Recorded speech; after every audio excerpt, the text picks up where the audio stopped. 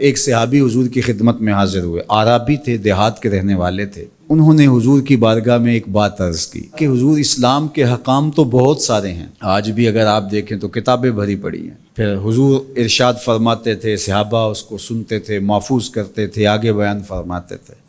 ان کا بہت سارے احکام ہیں اسلام کے، میں ایک دیہاتی شخص ہوں، مجھے کوئی ایک بات ارشاد کر دیجئے جو میرے لیے کافی ہو۔ تو آقا کریم نے اس شخص کو ایک بات ارشاد کی، فرمایا کہ ان تموتا ولسانک رطب من ذکر اللہ، تو اس حالت میں فوت ہو کہ تیری زبان اللہ کے ذکر سے تر ہو۔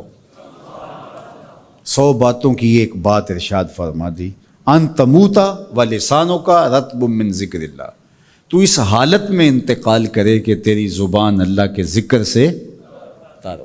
میں اور آپ اپنی زندگی اس طرح سے گزاریں کہ موت اچانک آئے یا طبی موت آئے، جس حالت میں بھی ہمیں موت آئے تو ہماری زبان عادی ہو اللہ کے ذکر کی، ادھر سے سانس ٹوٹ رہی ہو اور ادھر لبوں پر اللہ کا نام جاری ہو۔ جس شخص کا آخری کلمہ لا الہ الا اللہ ہوا، اللہ اس کو جنت میں داخل فرماتا ہے۔ اور کتنے خوش نصیب لوگ ہوتے ہیں کہ مرتے ہوئے جن کے لبوں پر اللہ کا باقاعدہ نام آتا ہے، اللہ کا ذکر ان کے لبوں کا وظیفہ ہوتا ہے۔ اور کچھ لوگ ان کو تلقین بھی کریں تو زبان پہ اللہ کا نام نہیں آ پاتا۔ اور ان میں سے ایک وہ شخص جو شراب کا عادی ہے یا کسی بھی نشہ آور چیز کو لیتا ہے، تو ایسے شخص کو مرتے ہوئے کلمہ نصیب نہیں ہوتا۔ جو اس کو دنیا کے اوپر سزائیں دی جاتی ہیں، ان سزاؤں میں سے ایک سزا یہ ہے کہ مرتے ہوئے اس کے لبوں پہ کلمہ نہیں آتا۔ اور علماء نے یہ بھی لکھا ہے کہ جو بے نماز ہے، نماز نہیں پڑھتا، مرتے ہوئے اس کے لبوں پہ بھی کلمہ جاری نہیں ہوتا۔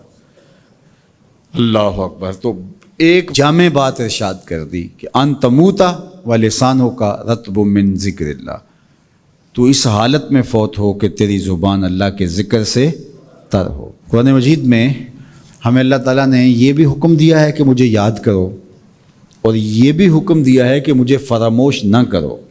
وَلَا تَكُونُوا كَالَّذِينَ نَسُوا اللَّهَ فَأَنسَاهُمْ أَنفُسَهُمْ أُولَٰئِكَ هُمُ الْفَاسِقُونَ، ان لوگوں کی طرح نہ ہو جانا جنہوں نے اللہ کو فراموش کر دیا، اللہ کو بھول گئے۔ جب کوئی خدا کو بھول گیا تو خدا پھر اس کو فراموش کر دیتا ہے، اور اس کی سزا کیا ہے کہ وہ خود فراموشی کا شکار ہو جاتا ہے، وہ اپنے آپ سے بھی آگاہ نہیں رہتا۔ تو ہمیں جو حکم دیا گیا وہ ہے اللہ کو یاد کرنے کا۔ تو یاد کرنے کا ایک مفہوم یہ ہے کہ اللہ جل شانہ کی اطاعت کی جائے، اس کی فرما برداری کی جائے، اس کے احکام پر عمل پیرا ہوا جائے، نہ یہ ہے کہ اس کے احکام کو فراموش کر دیا جائے۔ یقول اللہ تبارک و تعالی، اللہ جل شانہ خود ارشاد فرماتا ہے، یہ حدیث قدسی ہے، فیما یروی عن ربہ، جو حضور اپنے رب سے روایت کرتے ہیں۔